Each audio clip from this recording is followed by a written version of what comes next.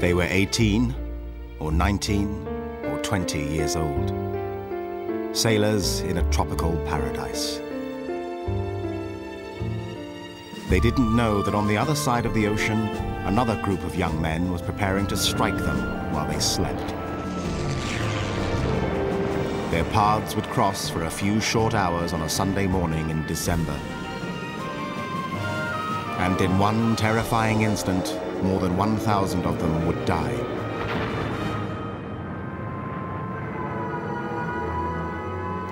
The legacy of what happened on December the 7th, 1941, still haunts us today. In the first images from inside the USS Arizona, an underwater cemetery that's also an ecological time bomb. In the search for a top-secret Japanese submarine that was sunk about an hour before the attack began. The submarine's heading north, starting to dive. And in the quest to learn what really happened that day. And most of all, it still lives on in the memories of the men who were there when everything changed. Just a young kid when this happened. And I've lived through it. I lost a lot of my friends. I reached down to try to help him. I scared to get all came off. But I hope it never happens again. Nobody will ever know what it was like, except somebody that was actually there. They never had a chance. They didn't know what was coming. Nobody knew about it. They never woke up. This is the story of a day when the history of the world took an unexpected turn at a sleepy little port in Hawaii called Pearl Harbor.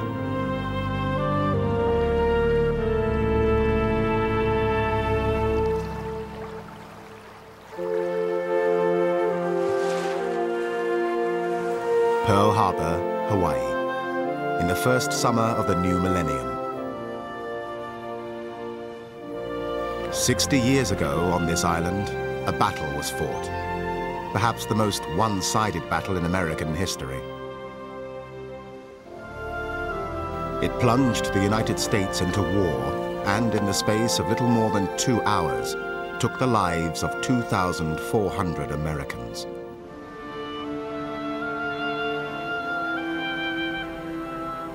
Ever since that day, Pearl Harbor has been a place of pilgrimage.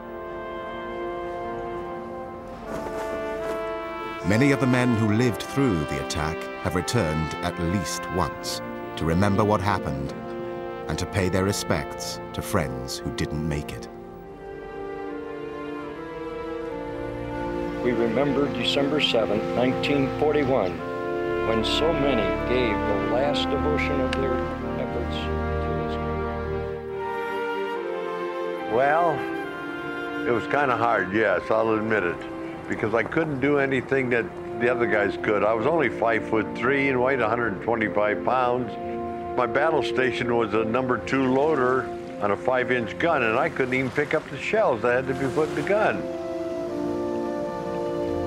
How can this ever happen? One of the strongest navies in the world, and we're sitting here with our pants down. We got caught, period.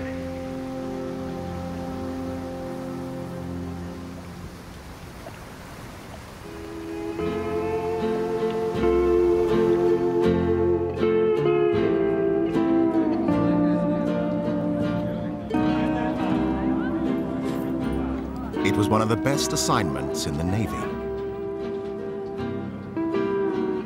A sailor joining the Pacific Fleet in Hawaii could expect warm air, lots of sunshine, and plenty of things to do on shore leave.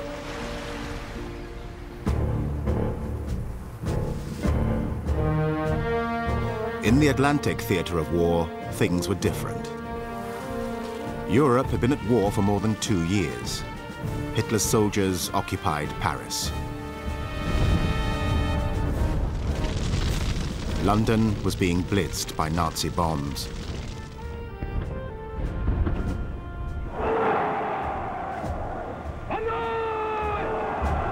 For sailors stationed in the Pacific, there was only one threat on the horizon. Yet most Americans knew next to nothing about the country or its people, who were thought to be short and nearsighted. Quaint little people ruled by an old-fashioned emperor.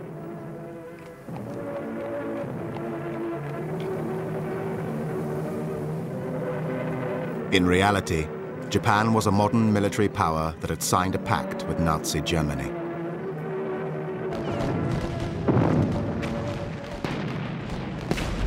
Japanese troops brutally occupied parts of China and were poised to move against other neighbors.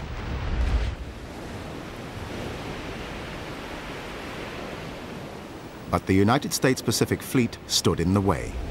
And early in 1941, the Japanese military decided to do something about that. Why would Japan want to go to war with the United States? What Japan wanted was the oil fields in the Dutch East Indies. What they wanted was the tin and the rubber out of Malaya. They wanted the Philippines because of its strategic location. Nobody thought that they would ever come out to Pearl Harbor. That's how you achieve surprise in war. You attack where nobody expects it. It was the brainchild of a 57-year-old Japanese admiral named Isoroku Yamamoto. Yamamoto decided to strike the US fleet at its home base, at anchor in the cramped, shallow harbor near Honolulu. For Yamamoto, he had studied in the United States. He had gone to Harvard. He knew what the Americans were like. And he said at one point, I don't care if we march troops down Pennsylvania Avenue, we're not going to conquer the United States. He planned the attack with the idea that if we're going to have any chance of winning this war, we've got to destroy the American fleet. And that'll give us 6 months to run wild in the Southwest Pacific. And we can build up a defensive barrier that will be very difficult for the Americans to crack. And at some point, they're going to say, we quit. You keep your gains. In the spring of 1941, planning for the attack began in earnest, although only a handful of Japanese officers knew about it.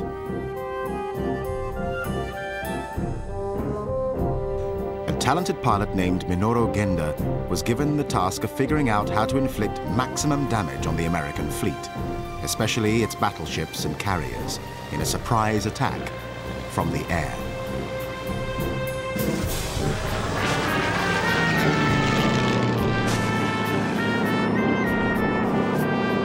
Genda decided that a combination of bombs and torpedoes modified to operate in shallow waters would have the best chance of success.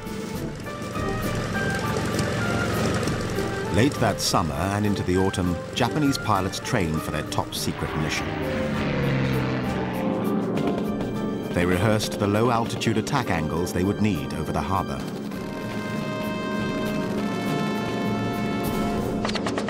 They practiced strafing runs over and over.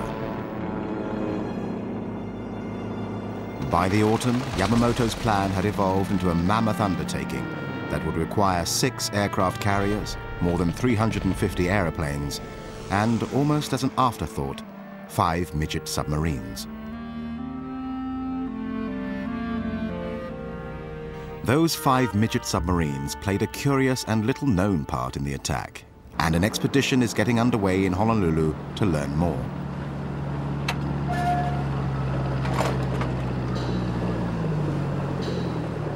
One of the tiny subs almost cost Japan the critical element of surprise. And there's only 2 outliers. Target and 32, that's the one undersea explorer Robert Ballard is hoping to find. To the east. For the man who found the Titanic and the Bismarck, this search represents a unique challenge. It's one of the smallest ships Ballard's ever looked for, and no one really knows where it sank.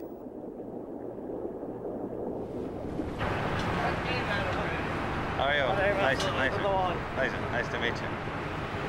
Nice to meet you. So, welcome aboard. Joining him will be a man who was part of the submarine task force 6 decades ago, Kichiji Dewa. And then we'll be going, The midget submarine they'll be looking for was sunk by an American destroyer well before the attack started, and could have alerted the American forces, but did not. Here, so, gentlemen, I'd like to introduce some colleagues here. Good morning, sir. Will Lehner and Russ Reitz were there when it happened. Glad that we can be friends. Glad that we can be friends.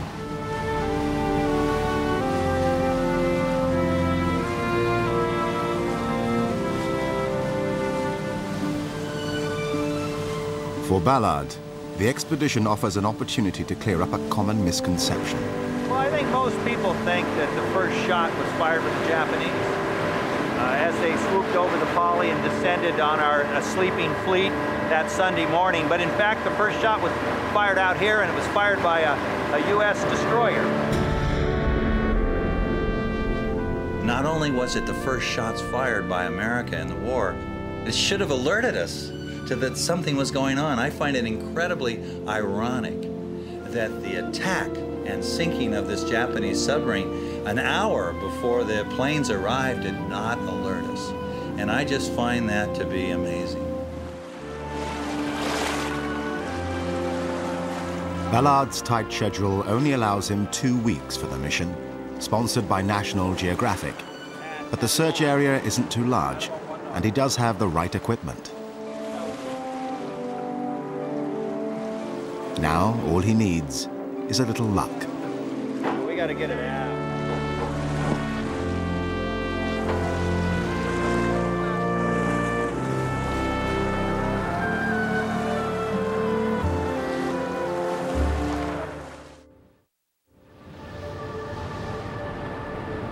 November 26, 1941. The Japanese armada slipped out of port and headed east through wintry seas.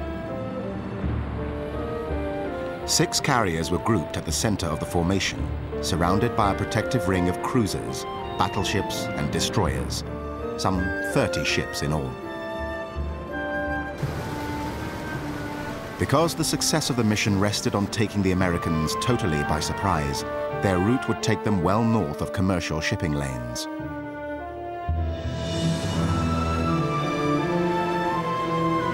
If another ship spotted them, the mission would be in jeopardy and possibly called off.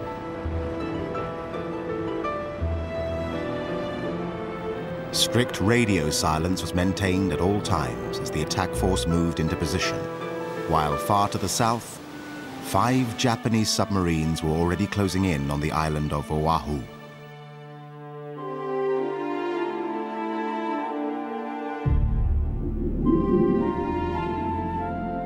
Each mother sub, as it was called, carried 1 midget submarine lashed to its afterdeck. Together, they made up the most controversial element of the strike force. The Japanese wanted to put everything that they had into this attack, and they had midget submarines. And so let's use them, was Yamamoto's decision. Now, there were people in the Japanese high command that objected strongly to that. Don't bring submarines into Pearl Harbor. In the first place, they're not going to get in. In the second place, they're not going to do much damage if they do. And in the third place, and by far more important, that's going to tip off the Americans that an attack is coming. And it's going to put the Americans up in general quarters all across Pearl Harbor and all across Hawaii. So don't use them.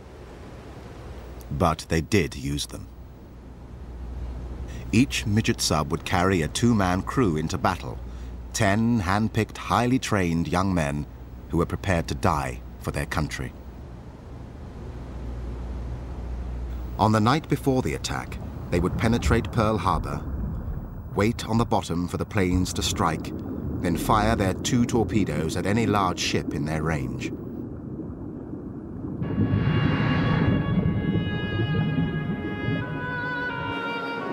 If circumstances permitted, they would try to leave the harbor and rendezvous with the mother subs. But no one really expected the submariners to return. They were young, they were enthusiastic, they were courageous, they were ready to go out and die for the Emperor, and it was a suicide mission. Nobody said that quite that way, but that's what it was, a suicide mission.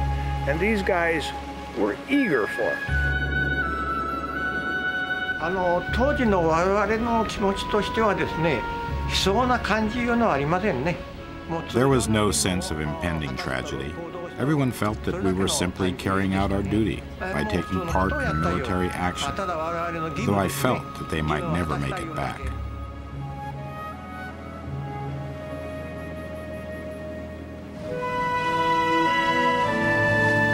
Day one of the search, about 2 miles outside the narrow channel that leads into Pearl Harbor.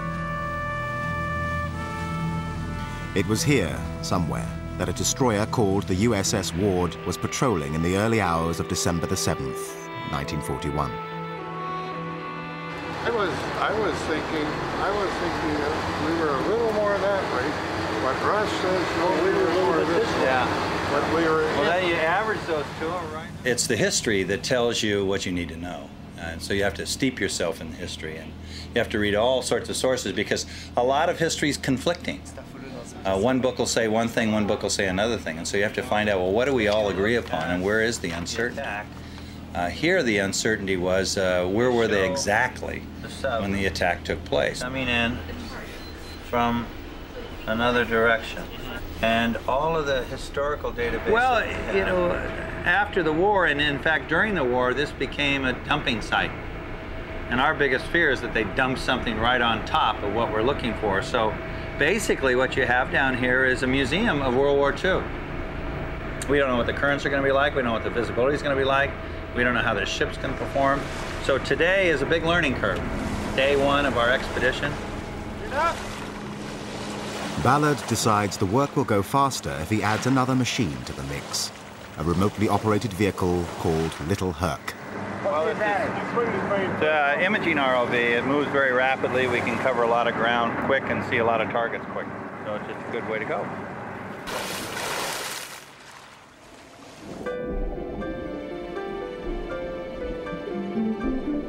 Little Herc is tethered behind a bulkier imaging system called Argus, and the two vehicles descend to 600 feet. In the control room, the team gets its first glimpse of the sea floor.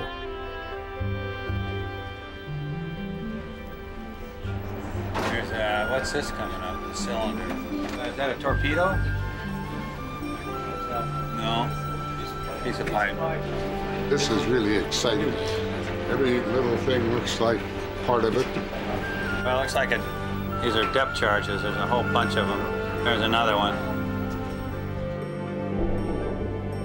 As the first few days of the search come to an end, they've seen a lot of debris and not much else.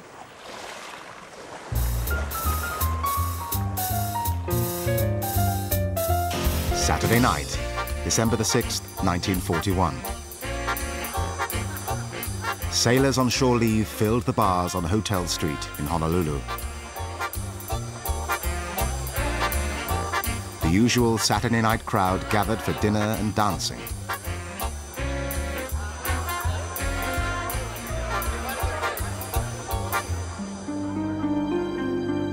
At Hickam Field, the airplanes were parked wingtip to wingtip.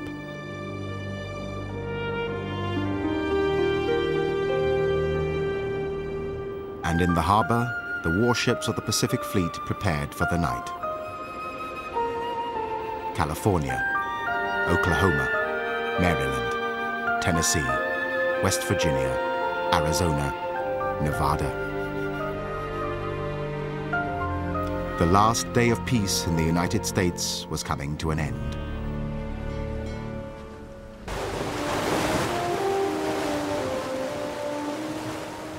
December the 7th, 1941, a few minutes after midnight. 10 miles away from the mouth of Pearl Harbor, the 5 mother submarines prepared to launch the midgets. The Japanese crews could see the lights on Waikiki and make out strains of jazz when the wind shifted. Each of the submariners wrote a letter to his parents. Sadamu Kamida was a quiet mountain boy who loved baseball. Forgive this negligent son for not writing these long months. We are soon to be dispatched to regions unknown. Should anything happen to me, do not grieve or mourn. Should I fail to write, do not be alarmed, for it means I am well and discharging my duties faithfully. Goodbye. クルーを出港する前の晩にですね。The night before they left, Commander Yokoyama, his crewman Kamida, and I went to the officers' mess that normally enlisted men couldn't enter. We ate a farewell dinner. Later, there was a small party in the officers' wardroom. Dewa watched his friends enter the midget sub and spoke to Yokoyama one last time over a phone link. I said something like, "Take care to them." I didn't say anything special, just words of parting said on the phone, very normal. Even though the fact that they wouldn't return was a foregone conclusion, we didn't talk about it. The midget carried by Dewa's submarine was the first to leave, released into the water around 1 a.m.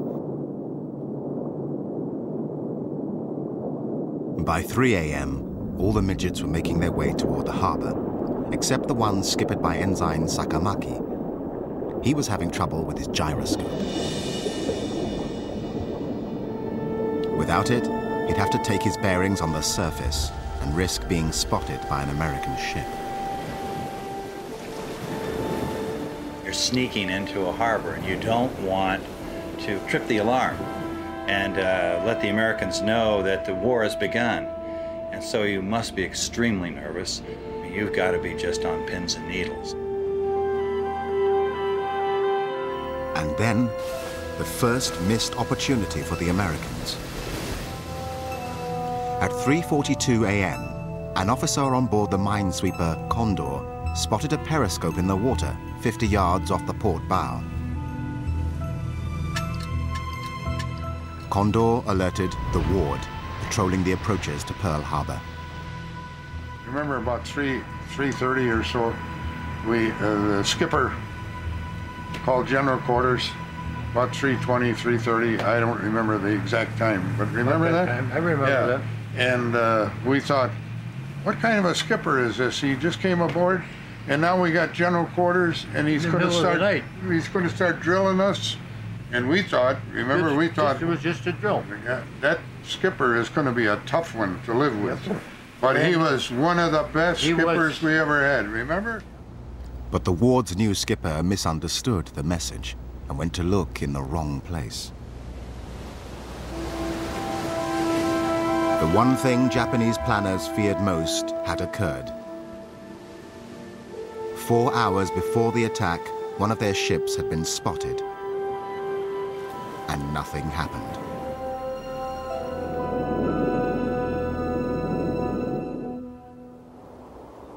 Sunday, December the 7th, around dawn.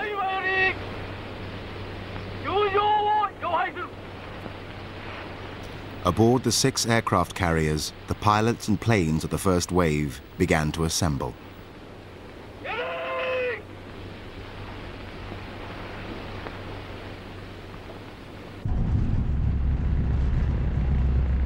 Yamamoto's plan called for 2 distinct waves of attack.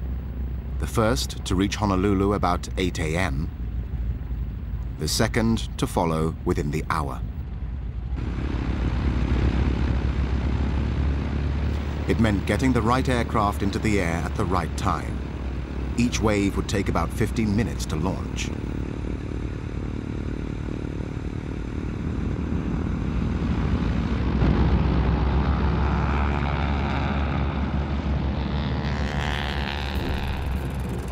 The first to go were 43 Mitsubishi fighters armed with machine guns and cannon, the dreaded Zeros. Then 49 Nakajima bombers, Kates, each carrying a single 1,760-pound armor-piercing bomb. 51 Aichi dive bombers were next to leave, the Vals.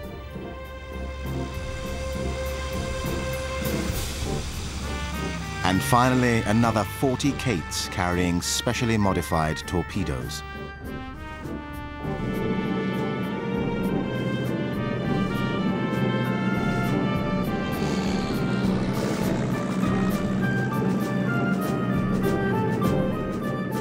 At about 6:20 a.m., the planes formed up and headed south.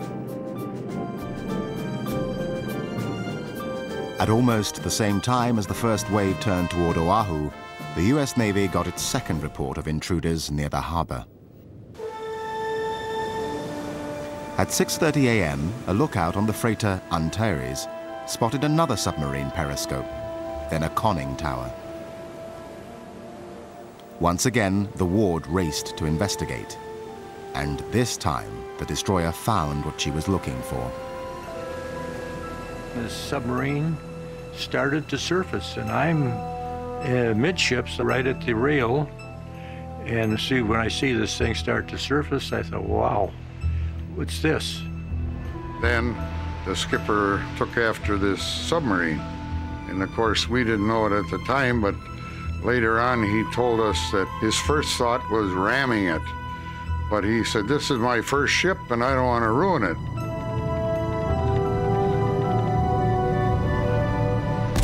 And then all of a sudden, number 1 gun fired, and they missed because their elevation wasn't great enough, but we were that close. And then number 3 gun fired, and I saw the splash, the water line of the conning tower as the shell hit the conning tower.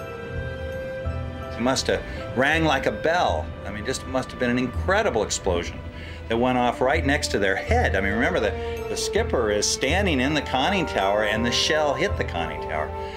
You would think he must have died instantly. Or did he? Because they then began to dive, so clearly they weren't dead. And they then began to dive, and no sooner did they dive than the depth charges are going off.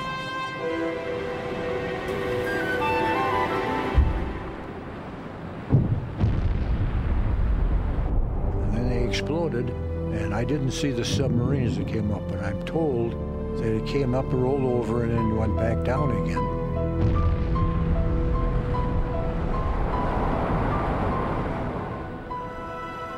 After the depth charges that we dropped, I can't see any way it could have gotten away from us. At 6:51 a.m., Skipper William Outerbridge of the Ward radioed headquarters that he had seen and fired upon an unidentified submarine.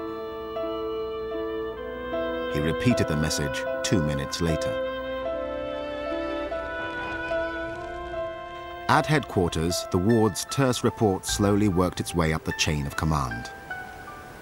For the second time that morning, the Japanese had tripped the alarm. And for the second time, nothing happened.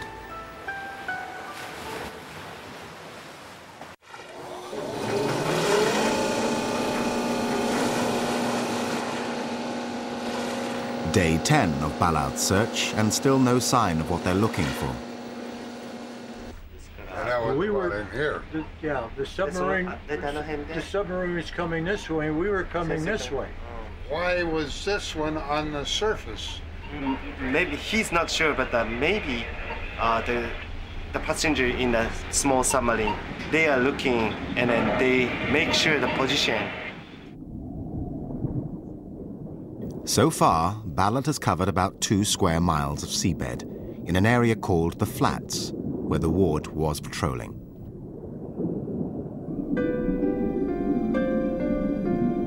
So far, they've seen a lot of debris, but the missing sub has eluded them.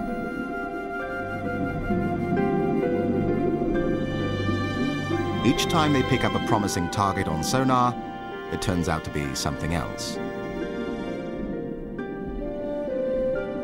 A crumpled seaplane used by the Navy in the late 20s and 30s. A Grumman Hellcat fighter. Then, part of a similar type of midget sub, captured later in the war and then dumped. And finally, something that seems to have treads. You think so? Yeah, it's a tank. A tracked vehicle. Well, let's work it over. Yeah, look. Another day's search is coming to an end without results. Exhausted all our targets. Yep. There's nothing left to look at. All right, well, the only thing left is the base of the wall, and that the sub does, so let's call it a wrap and pull it up, okay? Out of the pool. That's good.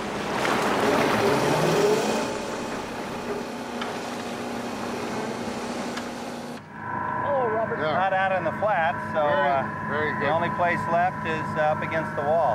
Yeah. Yep. So tomorrow we'll come out with the 2 subs and take it right in next to the channel and look at the base of the wall, which we couldn't do with these vehicles. Good. They've used up most of their allotted 2 weeks with nothing to show for it. For Bob Ballard and his team, time is running out.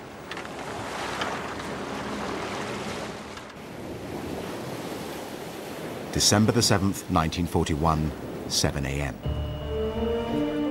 A mobile radar station on the northwest coast of Oahu picked up the signal of a massive number of aircraft approaching the island from the north. They were less than 140 miles away, moving at 180 miles an hour. A telephone call went immediately to the information center in Honolulu, 40 miles to the southeast. The call was routed to a private named MacDonald, who passed it on to a Lieutenant Tyler, who had just been assigned to the job. Tyler told the radar operators not to worry about it. In his mind, it was just a squadron of American B-17s due in from the mainland. For the 3rd time that day, the Japanese had tripped the alarm, and for the 3rd time, no one seemed to notice. It was 7:15 a.m. At 7:40 a.m., the first wave of airplanes reached the coast of Oahu, guided by the signal from a Honolulu radio station. The bombers and torpedo planes were at 9,000 feet. 5,000 feet above them, the Zeros flew cover.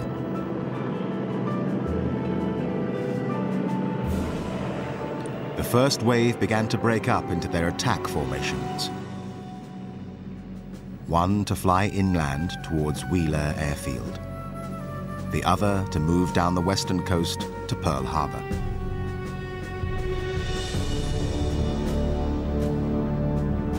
They were the only planes in the sky. There was no sign whatsoever that the Americans knew they were about to be attacked.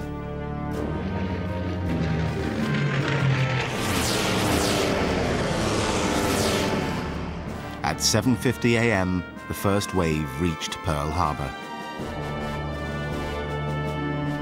Among their first targets, Hickam Airfield and the Naval Air Base on Ford Island.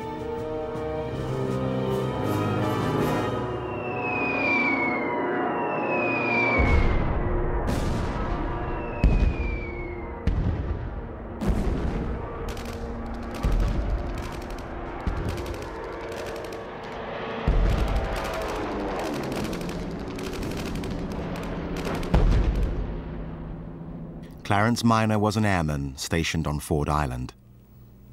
After all that noise on the tin roof up there and stuff were popping around, I looked up and I saw this airplane come diving down and that big meatball, and I said, oh shit.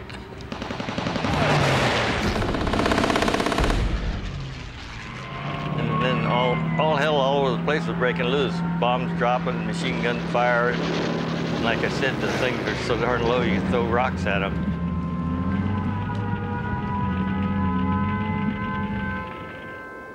Ralph Lindenmeyer was also on Ford Island. 7:55 in the morning, an explosion woke us up. I looked up at the clock when I first heard the explosion and felt it, and I said, the Japs are here. And when I looked out the window, the plane came over and it had saw the meatball on the fuselage and the wings, and I could look into the pilot's face and I could almost see him grinning. Anchored on Pier 1010 was the utility vessel Argon, where 19-year-old Charles Christensen worked in the machine shop. I thought, oh, that was a bad explosion. I wonder what happened. And I opened the porthole up and I stuck my head right on out there, you know, and oh boy, was there ever a fire on Ford Island. I thought, oh my goodness, something is really bad blowing up over there. It took a while for sailors in the ships at anchor to comprehend what was happening. Bert Davis, a machinist's mate on the USS Selfridge, thought it was some kind of readiness drill. That's where I was standing when the plane came in. I was standing there shining my shoes. And I saw these planes coming in. Came right straight across where the Raleigh was. And I thought to myself, what in the hell is the Army doing holding maneuvers on a day like this?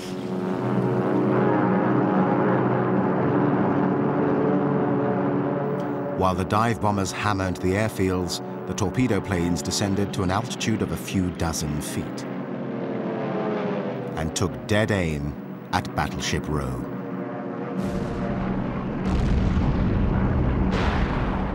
Aboard the Argonne, Charles Christensen had a perfect view of the first torpedo run. He's coming in almost straight across me at a slight angle across, and he's low enough that he's maybe 30 feet off of the water, which puts him maybe eye level or a little more from me, and I can see the man's face. He's got his helmet on, he's got his goggles on, and he's looking over the side, and when he straightened that plane out, leveled it out, he dropped that torpedo, and I thought, oh my God, look at that. And that torpedo just went as straight for the Oklahoma as it could go.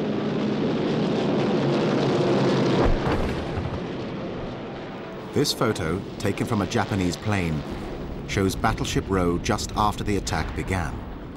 The ripples emanating outward are the result of multiple torpedo strikes.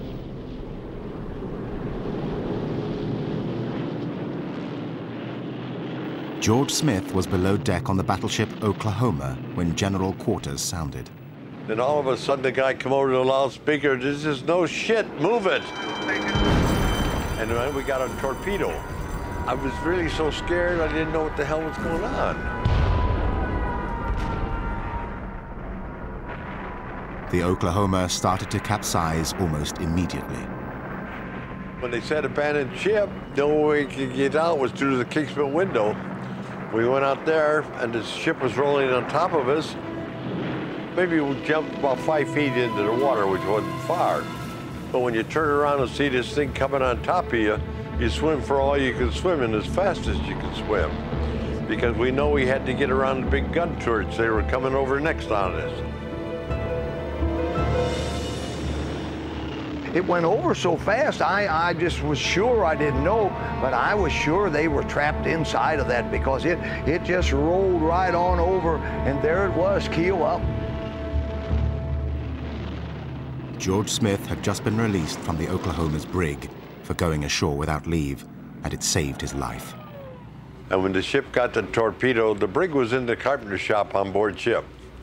And when the torpedo hit, it broke the carpenter's workbench loose, pinned the guard against the wall, the bulkhead, and he couldn't release the other men that were in the brig, and they all drowned.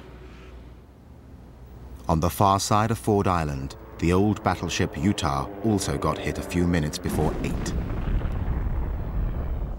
Clark Simmons worked on the Utah as a mess attendant. And as I looked out the port, I saw a plane making a run on the Utah.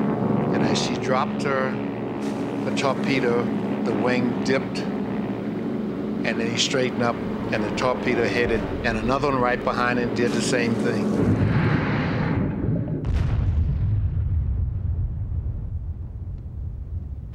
And we knew that it was just a matter of time before the ship was going to sink. And actually it took 8 minutes. In 8 minutes, the ship was history. She had turned turtle in 8 minutes. As the lines would begin to part, came over the side and began to swim toward Fort Island. And as we were swimming, they were machine gunning us from both directions, from this direction, and when they came from Pearl City over here, from that direction also.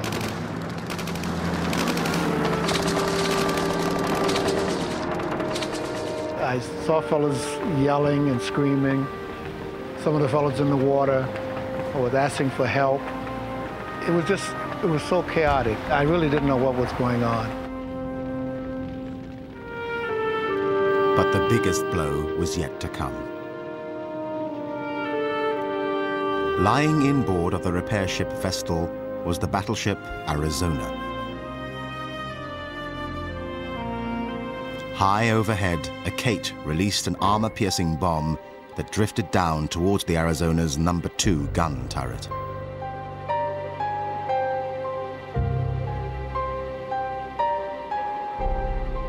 It was 10 minutes after 8.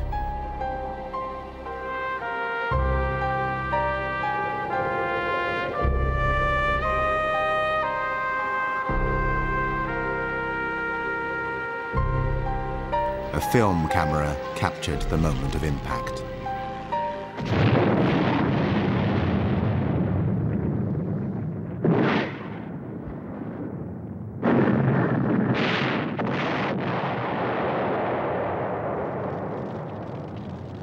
In that instant, more than 1,000 crewmen died.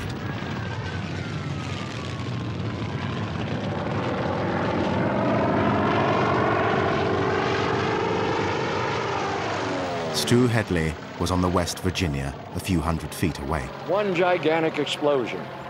Now, when we fired the 16-inch, you're inside, it sounds like thunder up in the distance. But this didn't sound like no thunder. This was one gigantic explosion. The stern of our ship lifted out of the water, but at the same time we were getting hit with torpedoes, we were starting to list. But we saw about 32 men flying through the air from the Arizona. Oil from the fully fueled Arizona began to spread and catch fire. The heat was so intense, even sailors on nearby ships were threatened. So Crosland and I stripped right down to our undershorts and jumped in and swam underwater. Now, we're not underwater swimmers, but we swam underwater that day because that was the hottest breath of air we ever breathed, because that was the oil from the Arizona that was ablaze. The bomb had penetrated Arizona's forward magazine and ignited more than 1 million pounds of gunpowder.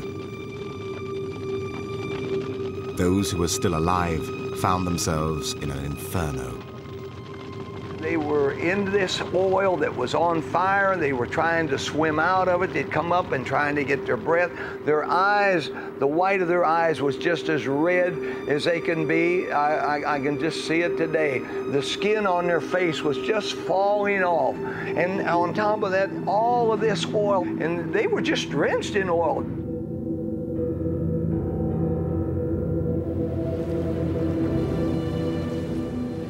Bert Davis went out in a whaleboat to pick up survivors. Oh, God, it was horrible. Just one fella started to reach up to try to get a hold of the gunnel on the boat from the outside, and I reached down to try to help him, and I took him by the arm, and as I tried to lift like that, the skin all came off. He was dead by the time we got him in.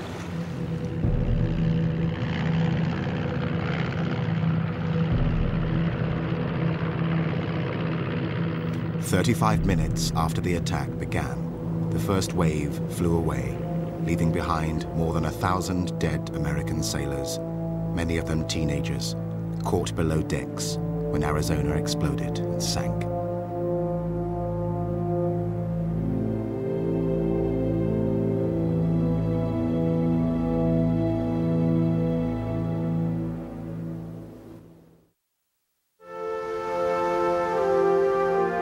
Six decades after the attack on Pearl Harbor, the Arizona still lies where she sank with her cargo of sailors. Most of their bodies have never been recovered.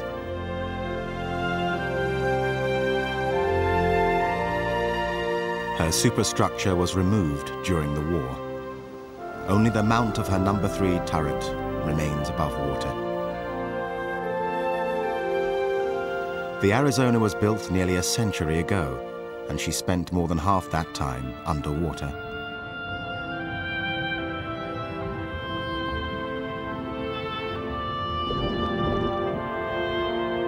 The National Park Service, which is responsible for maintaining the memorial, periodically checks on her condition.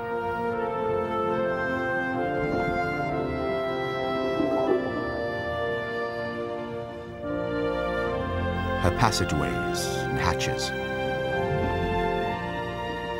her 14-inch guns.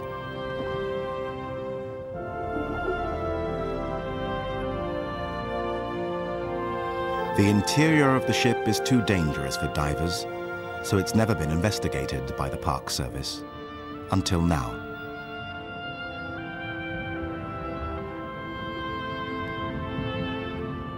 With the help of a tiny ROV made available by National Geographic, workers will get their first glimpse of Arizona's condition deep inside the ship since about the time she went down.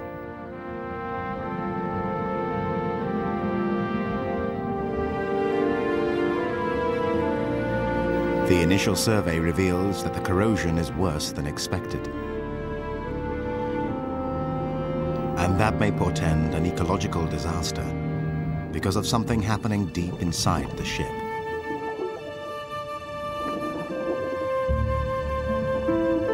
The Arizona has been leaking an estimated 2 pints of oil a day ever since she sank. But the Park Service is worried that the remaining fuel tanks, the ship's bunkers, could rupture at any moment. Current estimates are that there's approximately 500,000 gallons, possibly in the bunkers on the aft section of the ship. And so with current technology, can we get to those bunkers? And what's happening with the metal on the hull and the internal portions of the ship? And so that's what we're trying to do, is find out, is there a way that we can contain that oil?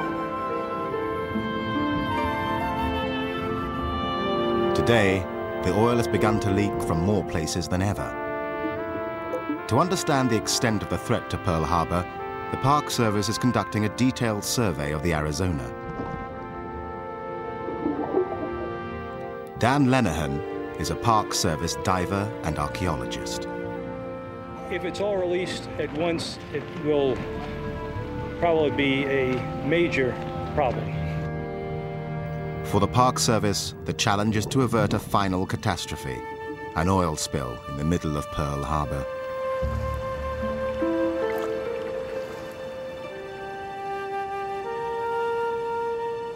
There's no excuse for having this happen here. There's no excuse for not knowing enough about this ship that it would go to the point that we would have a travesty like that on our hands. We need to get ahead of it, need to find out what's happening.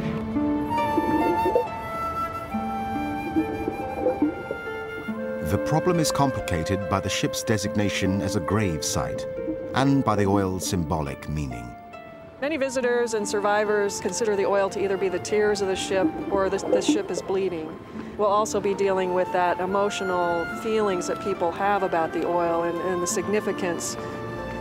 It'll be a balance between what protecting the ecosystem is all about and protecting the tomb, the shrine that this place symbolizes.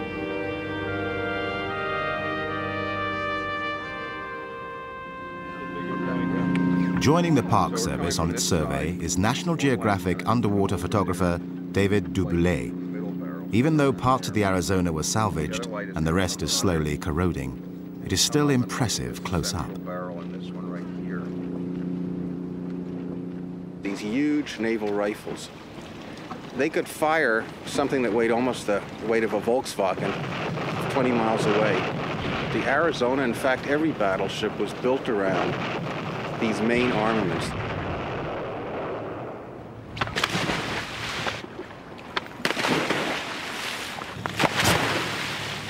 We gotta find number 31. There's a clothesman that says 31. Hidden in the oily murk of Pearl Harbor, gun turret number 1 was forgotten for 40 years. Now, Duboulay is trying to document its massive guns for National Geographic magazine. Almost every problem that I had related to visibility. One footfall, a fin stroke, would kick up this very, very, very soft mud. And the clouds would just billow out of the bottom, and the visibility would drop instantly from my wonderful 7 feet or 5 feet down to nothing.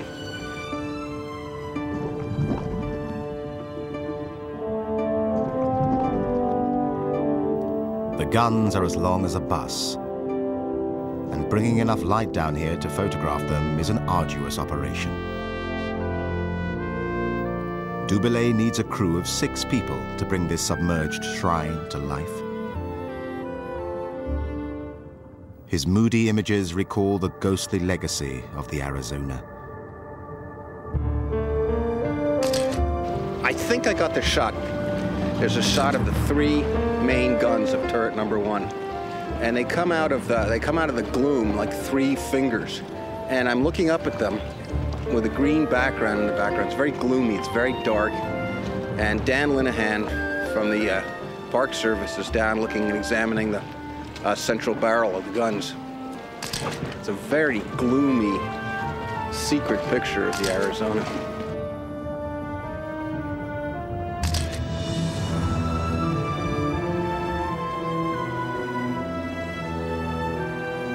To its survivors, the Arizona is much more than a sunken ship. This national park is probably the only one that has the intense emotional reaction that this one does to all visitors. And the survivors have taught me that. I mean, the survivors have really shown me what it is to be an American. And I'm probably the strongest American you'd find now after having worked here for 5 years. I think this place can really teach what the price of war is and what the price of freedom is.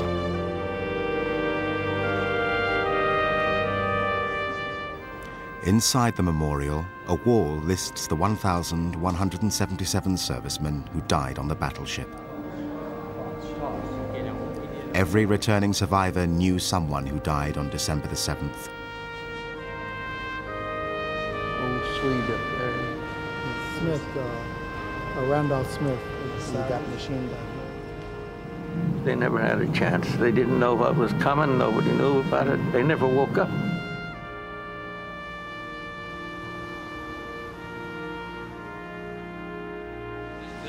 Aloha. Aloha. Oh, I was going to ask you for a big hug, but I couldn't get one anyway. Big I thought maybe, big hug. Let me give this lady a hug. I thought maybe that you wouldn't want to hug an ugly old man. Oh, I do want it.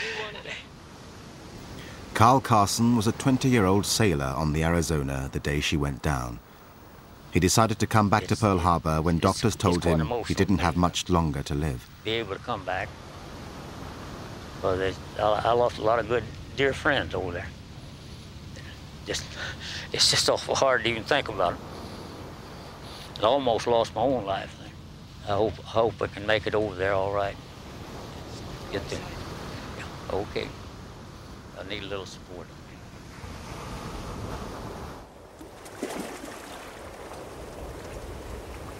Carl has never talked very much about what happened to him that day.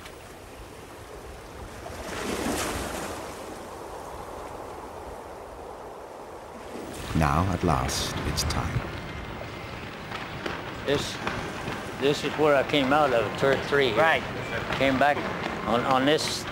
There used to be ladders up and down the thing, and I came out the turret and went down. Well, I was out on deck doing the morning chores. All of a sudden, this plane come along, and didn't pay much attention to it because planes were landing at Ford Island all the time. And all of a sudden, the chips started flying all around me, and there was a plane that was strafing me. And somebody hollered, "It's the damn Japs, get under cover."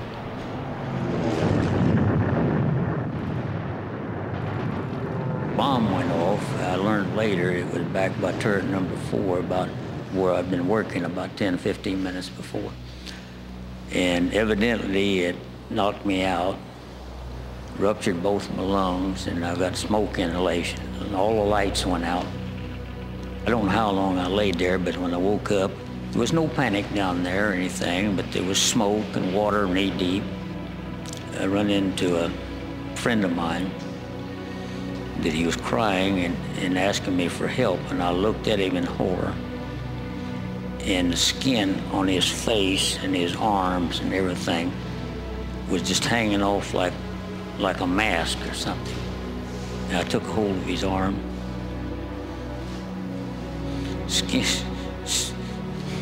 Skin all came off from my hand. And there was nothing in this world I could do for that boy. And that has bothered me all of my life.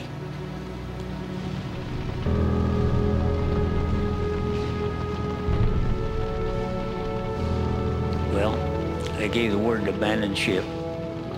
And and we just practically stepped off of the quarterdeck into the water, and I guess I must have passed out.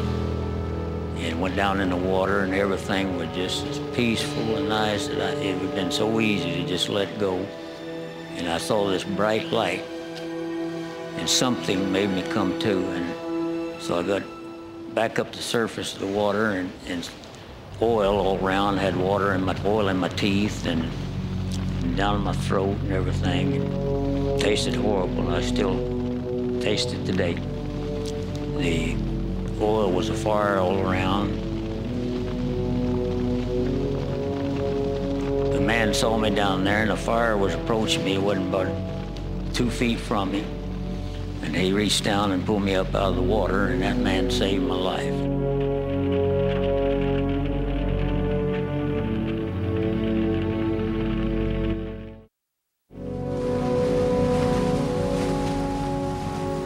Bob Ballard has spent the entire mission searching the flats outside the harbor without finding any sign of the lost midget son. This is only, this is a mile.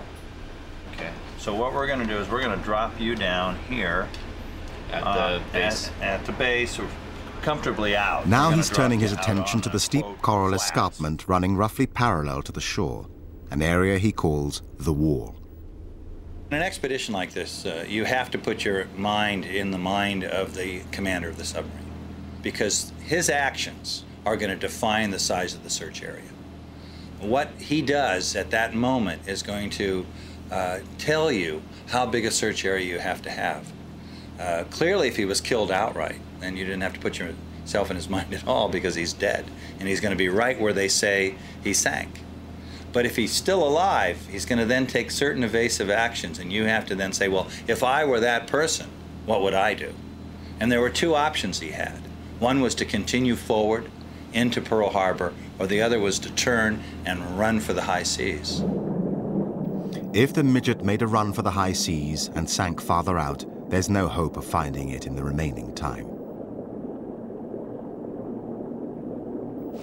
But if it had continued toward the harbor, Ballard's team might stand a chance with the help of their own miniature submersible. All the harbors on the other side, Mark. All righty, so you're. Well, I'll be talking to you over the rim night side. Good luck. Head north. Turn left.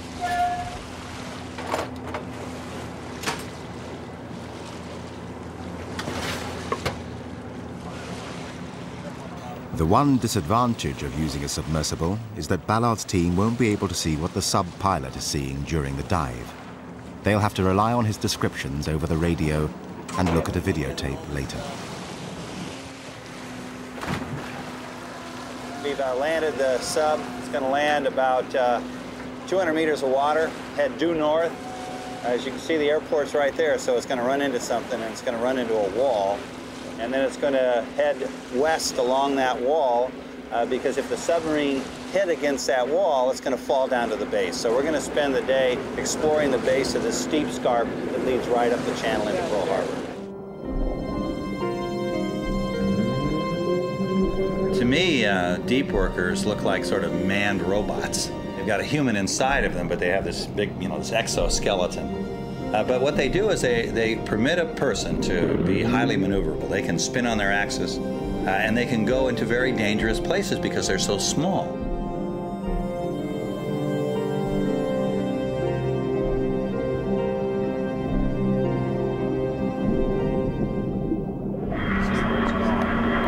That makes sense. Yeah, he's moving over to your port. Looks like that 85 over there. In the control room, all anyone can do is listen to the squawk box. Yeah, Mark, give us maybe like 15. I want to try to really nail this tree perfectly. They just reported finding a pile of batteries, and this submarine was a lot of batteries. So, starting to look like, smell like, but we're not sure.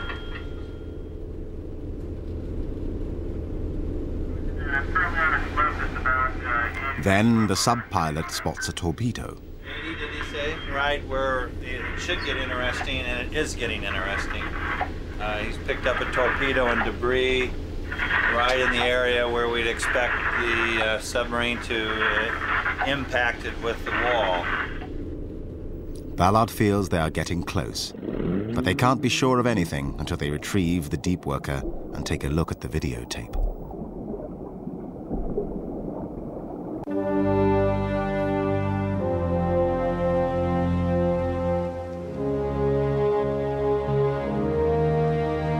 December the 7th, 8:35 a.m., and the beginning of a brief 20-minute lull in the action. At airfields all over the island, crews scrambled to clear the runway so American planes could get in the air. Anti-aircraft guns were made ready. Field hospitals were set up to take care of the wounded, many of them burn victims.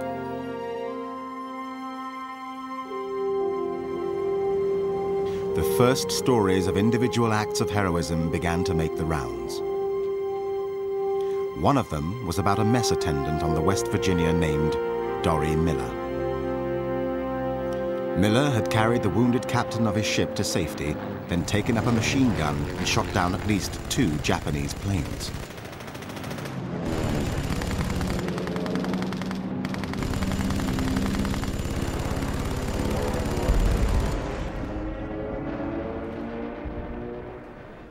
What made the story remarkable is that Dory Miller had never handled a machine gun, much less trained on one, because he was black, and like all African Americans in the 1941 Navy, restricted to the lowest ranking jobs.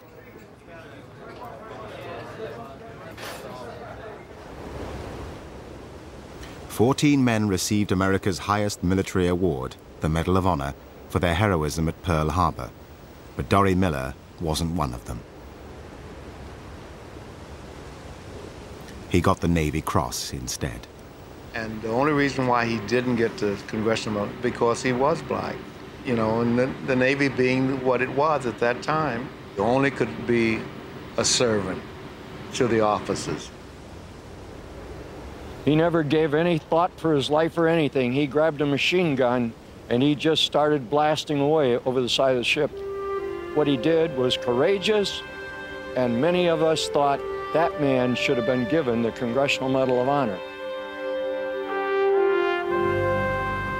2 years after Pearl Harbor, Dory Miller died when his ship went down, torpedoed by a Japanese submarine.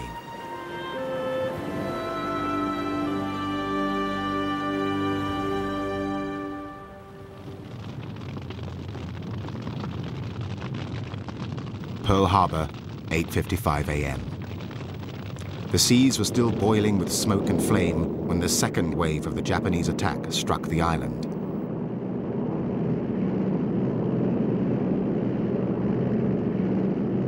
This time, 167 aircraft split into 2 main groups. One headed inland. The other hugged the eastern coast and continued south to Pearl Harbor.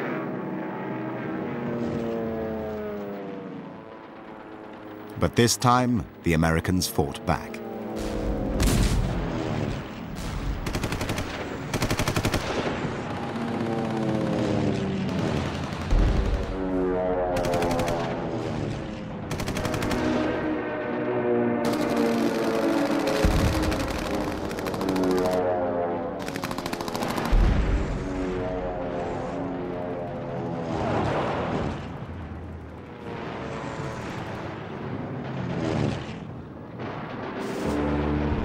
The smoke in the harbor was now so thick that Japanese pilots had trouble seeing their targets.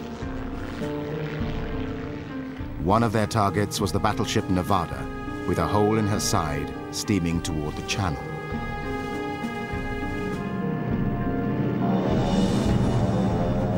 Dive bombers honed in on the crippled giant.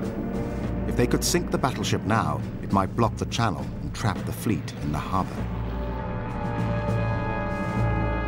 With all of these planes coming in, when the Nevada got underway, the planes come in dive bombing that. It looked like bees coming back to the hive. There were so many of them in there at one time that it was amazing that they didn't collide.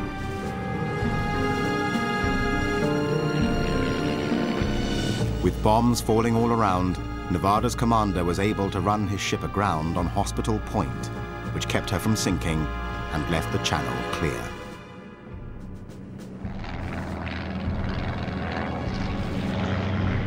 By 10 o'clock, it was over. The second wave of attackers headed back to their carriers, leaving behind a shattered Pacific fleet.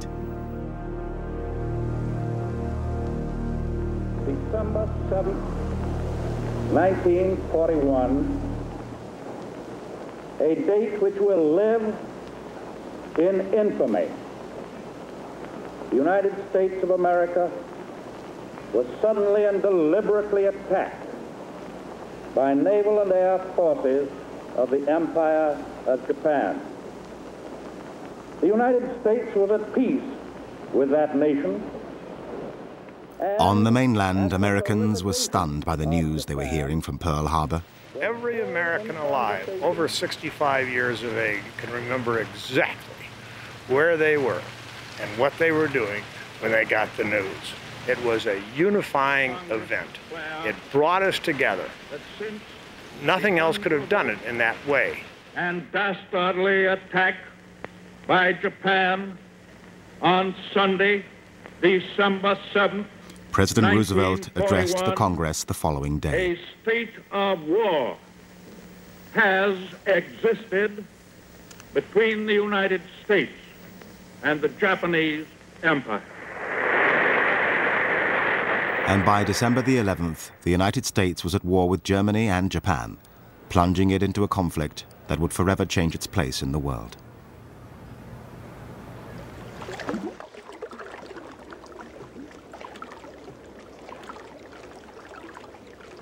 Back at Pearl Harbor, one problem survivors faced was notifying people back home that they were okay. The Navy told us that everybody send a postcard home to your parents, let them know everything's all right. Well, I got one of the last postcards out of there, and I sent it home on December the 9th, exactly when I sent it home. And my mother didn't get that postcard until February, the first week of February sometime. I don't know why it took so long, but that's what it did. She didn't know if I was alive or dead. When the mailman got the card at the post office, he closed down the office and ran all the way to my house. He woke my mother and stepfather up at 6 o'clock in the morning and told them, "Your son's okay, here's a card." I still have that card. My mom, she couldn't believe it. I get emotional when I think about it, how she says she felt. I just don't know. It just turns me on.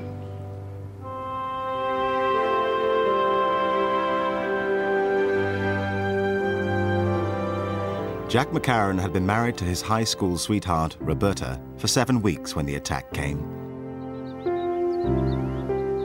It wasn't until Christmas Day that she found out what had happened to her husband, who was stationed on the Arizona. The Navy Department deeply regrets to inform you that your husband, John Harry McCarran, gunner's mate, 2nd, U.S. Navy, has been reported wounded in action in the performance of his duty and in the service of his country. This was received by me Christmas morning, 7 a.m., December 25th, 1941. Yuck. Yep, I hate to say this, but in my entire 81 years of living, that was the worst time in my entire life, was to have received this telegram, because I had no idea whether or not my husband of 49 days was alive or dead. Lying in a hospital on Oahu, badly burned, Jack decided to spare his new wife the horror of seeing him again. I said, tell Roberta to forget about me and go back to Saugus. Because, you know, I've been burned, and I had, I didn't look like me. I guess my face and my hair was only like a, you know, shot. on top of which it being Christmas. I was 3,000 miles away from my home, 3,000 miles away from my husband. I didn't know anybody. I guess I never did write to you for, No. I didn't write to her for a long time. The state of shock I was in was almost as bad as his. Well, some time passed before I probably started coming out of it, and I was aboard ship, and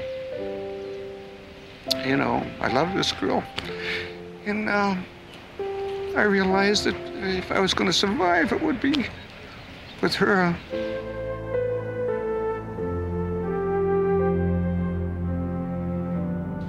My friends and shipmates took me over to the sick bay at Fort Island. And they laid me alongside the bulkhead over there, and I looked over at another shipmate laying across from me against the bulkhead, and he was holding his intestines in with his hand. And he looked up at me, and he said, war sure is hell, isn't it, shipmate? And I said, yeah, it is. Well, lately I was diagnosed with stomach cancer, and I don't figure I have too many more years to live.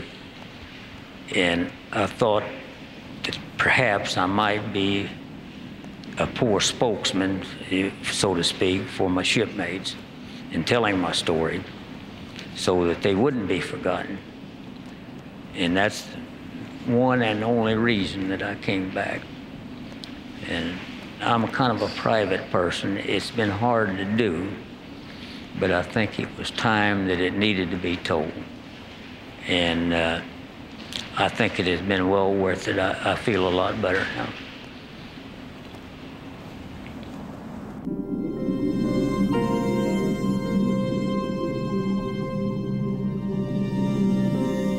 It's the final day of the search, and Ballard has had his machines in the water for hours. But he's not hopeful about the outcome. We're in the final throes of this expedition. I mean, today is the last day. We have 2 subs going in the water right now, but it doesn't look good because we've looked at all the high priority sites and we haven't found the midget submarine. We're now out in the very low priority areas, and that can go on forever because it's a big ocean. So I'd be very surprised if we succeeded today. Deep Worker returns from its pass at the wall and is hoisted out of the water for the final time.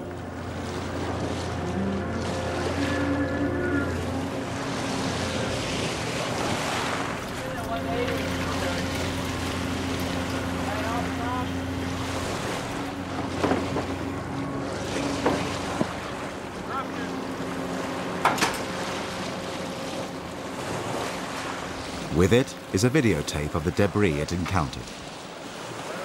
The news isn't encouraging. We have a possibility, but I personally am not overly optimistic.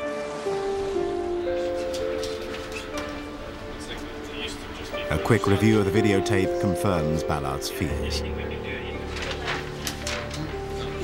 On closer examination, what had looked to the sub-pilot like a pile of batteries turns out to be something else. Looks like anti-aircraft gun clips, or ACACs, or yeah. You know what it looks like to you?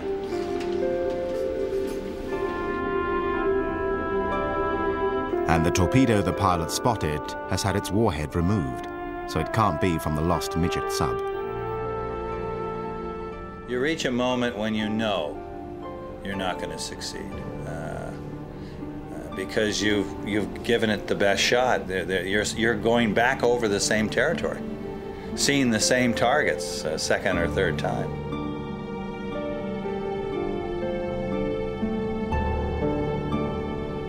Well, we found a bunch of junk. We don't really have a definitive set of objects that says that the submarine broke up, but it could have.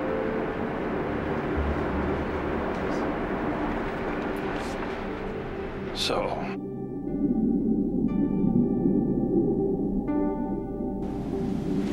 clearly the sub did not survive. And did the Ward play a role in its demise? And certainly it did. But how did it finally meet its end? Gloriously in battle in Pearl Harbor? Was it sunk by someone else later on? What was its final moments? And for now, we don't know what they were.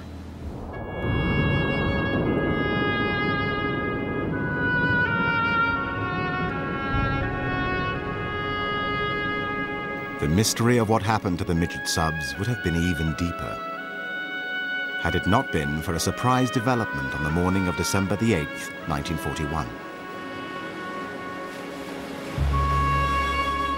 In the early morning hours, a small submarine washed ashore on Oahu's east coast. It was the one piloted by Ensign Kazuo Sakamaki, the sub with the gyroscope problems. Sakamaki also washed ashore, exhausted and delirious. He was captured before he could kill himself, and thus became America's first prisoner of war. Of the 10 submariners who set out before dawn on the 7th, Sakamaki was the only one who survived. Historians have generally labeled the submarine mission a failure, since only one midget that we know of entered the harbor and was sunk during the attack after firing 2 harmless torpedoes. But analysis of a photo taken from a Japanese airplane just as the battle began suggests something else. It shows Battleship Row already under attack, a few minutes after 8, and in the water just beyond, a shadowy shape that appears to be a small submarine, and the wake of a torpedo aimed directly at the West Virginia.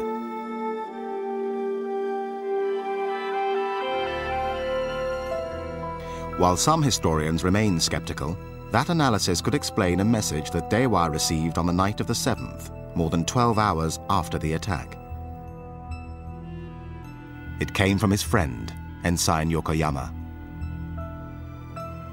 Successful surprise attack. Then silence.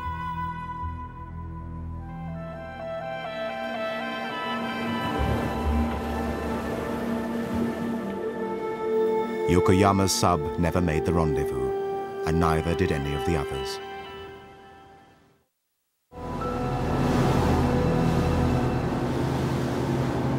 For years, Dewa has wondered what happened to Yokoyama and all the others who didn't come back. All he knows is that somewhere in these waters they died, as they expected they would.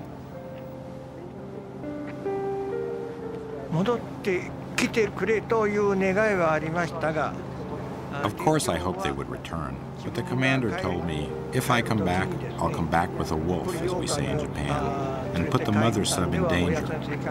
So I don't think they plan to return, even if they had succeeded. Before he set out on his mission, one of the submariners left behind a poem he'd written earlier that day. As the cherry blossoms fall at the height of their glory, so too must I fall, that men may call me a flower of Yamato, though my bones lie scattered in the bleak wilderness of strange and distant lands. On the last day of his visit, Dewa asks to see the Arizona Memorial to pay his respects to the Americans who died on December the 7th. America and Japan must have had their reasons for starting a war, but after coming here and seeing the waves of the Pacific, I question why we had to go to war. Japan and the United States are brothers. Pacific peace is world peace. This trip has made me feel that together we must protect it.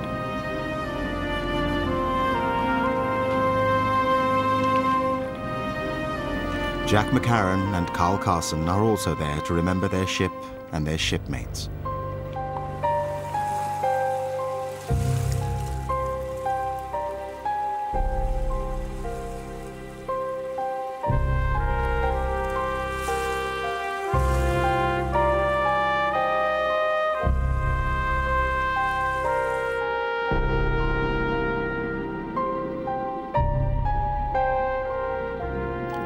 Underwater, the National Geographic camera prowls through the empty ship. These are the first images of the officers' quarters, images from another era, frozen in time.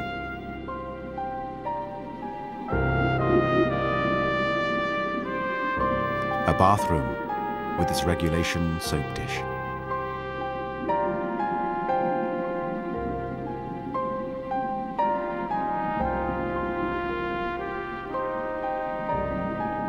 An officer's desk, its papers still arranged in their pigeonholes.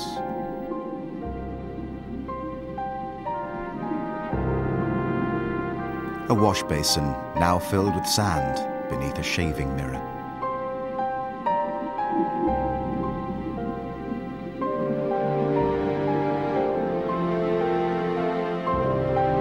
For Jack McCarran, the pictures of his old ship are almost too painful to bear. 40 years, over 40 years, I couldn't, if I was asked, I couldn't talk. I didn't talk about it, I didn't think about it. I had erased it from my mind. I didn't have any memories. I really didn't. I saw that barnacles on that doorknob and the light in the overhead. And the thoughts were, who was that officer down in there? Did he survive? At one time, that knob was real nice and shiny, and he turned on that light to read. I don't remember the ship as that.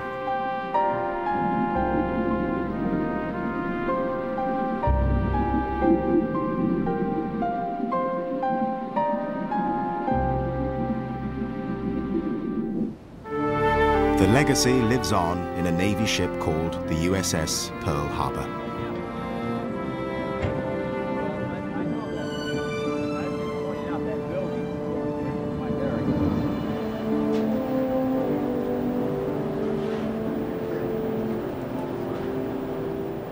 For survivors, a journey on this ship is a chance to see the advances that have taken place over the decades.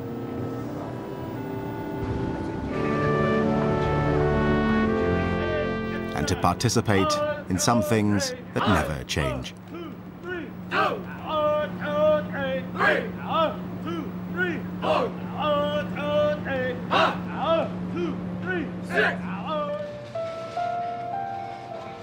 Wandering through the galley, Clark Simmons recalls his service in the segregated Navy of 1941. There was only one duties open to you, and that was serving the officers.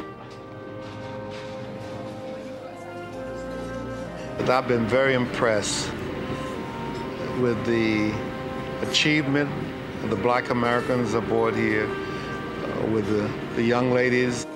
Some of the leading petty officers aboard this ship are Black Americans. I don't know the words to put it, how happy I am to see the things that they have done.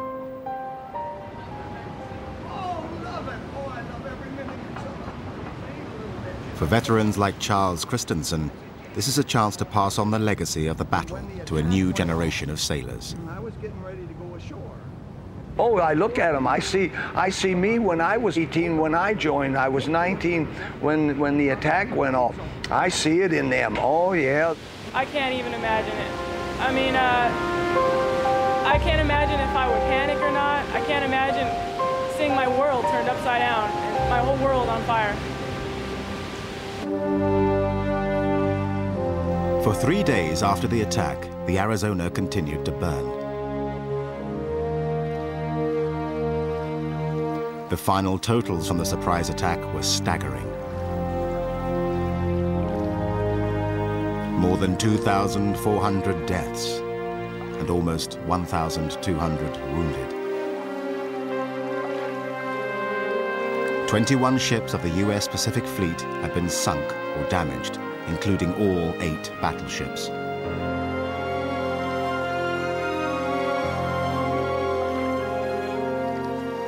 Over 300 airplanes had been put out of commission.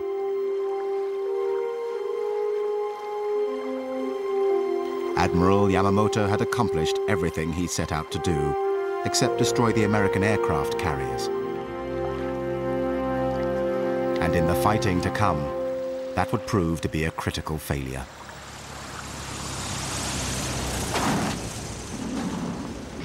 One of the best things that ever happened in the United States was our carriers were not involved in the attack. Yamamoto sank battleships, but the battleship was not the queen of the seas any longer. After that day, from now on, it's the aircraft carrier. And the attack on Pearl Harbor, for all of the losses of lives, which comes first, of course, and the losses of ships, they didn't sink any aircraft carriers.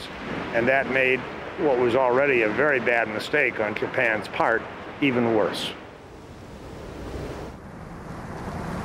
But perhaps the greatest miscalculation was how the defeat would affect the American fighting spirit. Instead of a crippling blow, it became a rallying cry.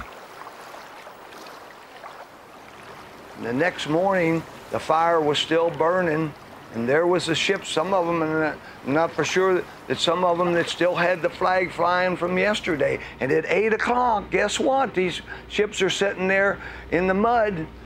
It's time to raise the flag, and there's the American flag flying. Everything is fine.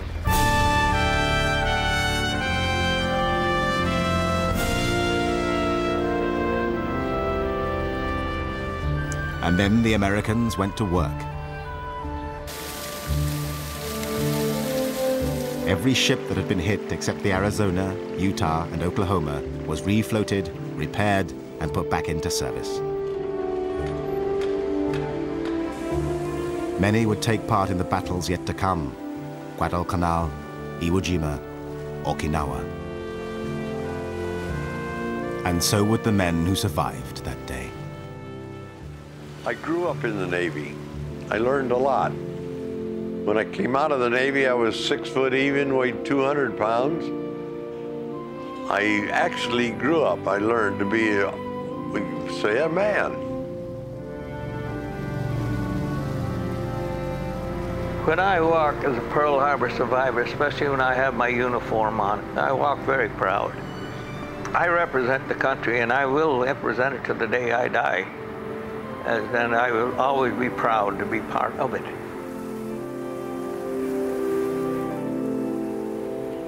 Well, Pearl Harbor to me is like beginning a new life. I may be a certain age, but it seemed that I was reborn that day. Pearl Harbor survivors are special. They have a feeling for each other and for their country. They have a comradeship that is not matched anywhere in the civilian world.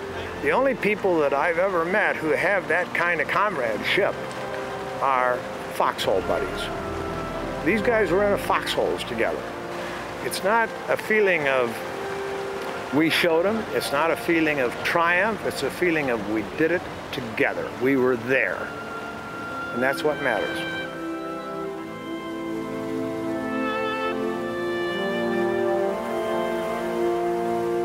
It's kind of a hallowed place, and it's very beautiful.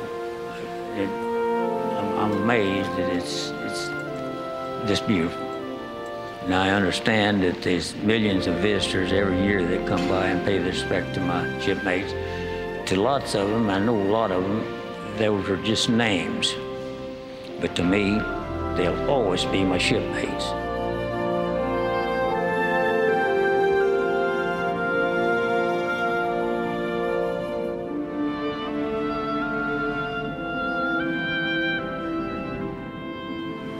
I don't think we'll ever be done with Pearl Harbor. I think Pearl Harbor is like Gettysburg. It's like Appomattox. It's like Lincoln's assassination. It's like Yorktown and the surrender to General Washington. God help our country if it's ever forgotten.